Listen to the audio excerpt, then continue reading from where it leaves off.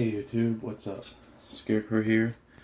I'm here today to give you guys an updated look at my ZTB deck. It's been a little bit since I talked about it. I've changed it a little bit since you've last seen it to better fit into the meta.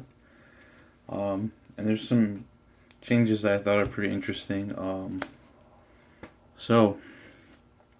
Get started.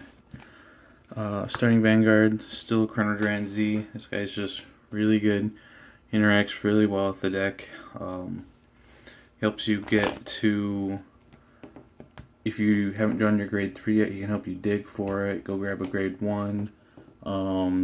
Get you stride fodder. Sets up your metal party so you can use them late game. You can discard your grade 3s you draw to get this back as a 10 shield. And then the grade 3's in the drop zone so you can use it for stride fodder. He's just all around like really good actually. For the triggers, I'm doing 3 bison and 4 hog for 7 crits. And then I'm going with 5 draws. I started out with 5, went down, and now I'm back up. I don't like stands. I've tried them again. I keep trying them because a lot of people like them, and then every time I try them, I find them effing horrible. They're not good. I don't know why people like playing them. As I've said before in this deck, you basically 90% of the time get your win off when you drop heritage. So the draw triggers help you build up enough resources and stuff and get to that point, and you win there. The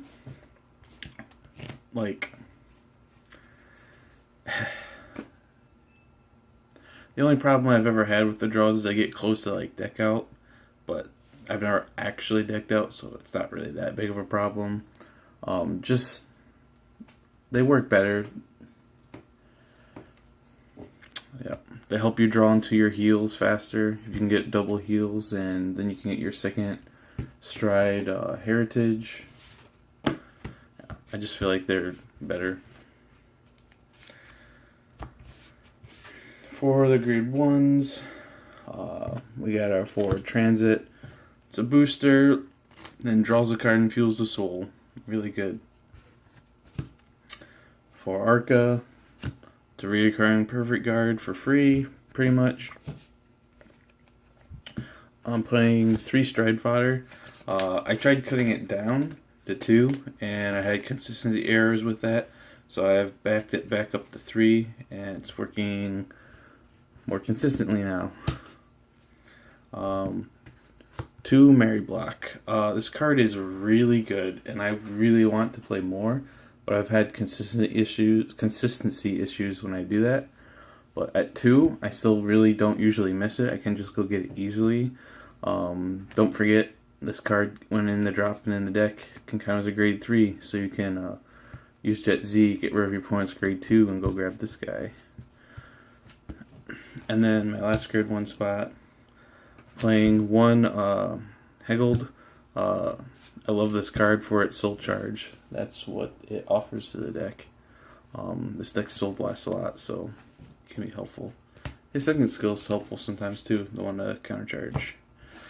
The grade 2s, I'm playing 4 middle party, and I'm playing 1 Chronovisor. So I'm playing like 5 10k grade 2s. So easily ride a 10k on turn 2, and like the fact that you have multiple 10ks makes it so you can like very easily play the grade 2 game with your opponent and keep riding 10ks over 10ks to keep like a better grade 2 game going than your opponent, and then force them to ride grade 3 first and get first stride and stuff.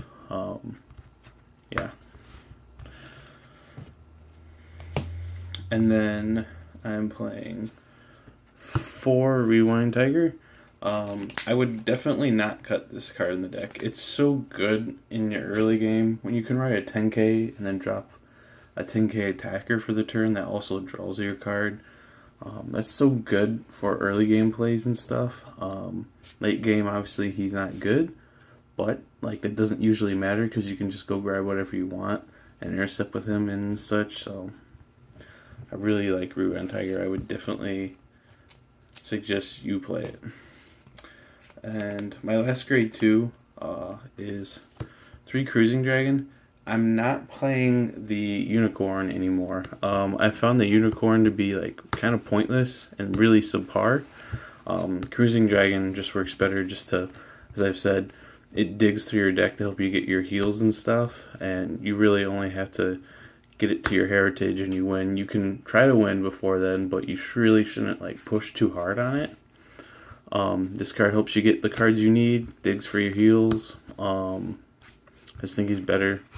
Like, I've already got like multi-attacks off of my metal block or metal party and stuff, so. And Unicorn's really random, and I don't like using random cards. Often they just give me nothing to work with, like triggers. And for the grade 3s, I'm playing 4 Jet Z and 1 G. Some people don't play a G. I like having just a little extra insurance, having an extra grade 3 to ride, just in case I can't get to him. This makes it a little bit easier to have a decent ride. And then I'm playing 1 Buffalo, and I've taken out 1 Buffalo and went back to playing 1 Snake, 1 Buffalo. Buffalo, because the way the deck plays now, doesn't get as much time to build up his skill and get super big. So I've gone back to playing 1 Snake. I don't use Snake very often. Almost never get the counter charge. At least he's usually decent when he comes out because of his own skill buffing him and the snakes buffing him. Not snakes. Pegasus buffing him. Usually he could be a 16 all by himself, so yeah. So for the G Zone, starting we got our Sea Breeze, because he's Sea Breeze. Then we got 2 Split Pegasus. Usually my first stride. It's just good. You can split a grade 3 into 2 Cruising Dragons, or you can like split a grade 2 into 2 Transit Dragons. Basically, use these cards, this card to build card advantage and dig for your heals. Then I'm playing the 2 Avenir Phoenix, who is actually much better in this deck than he used to be, in my opinion.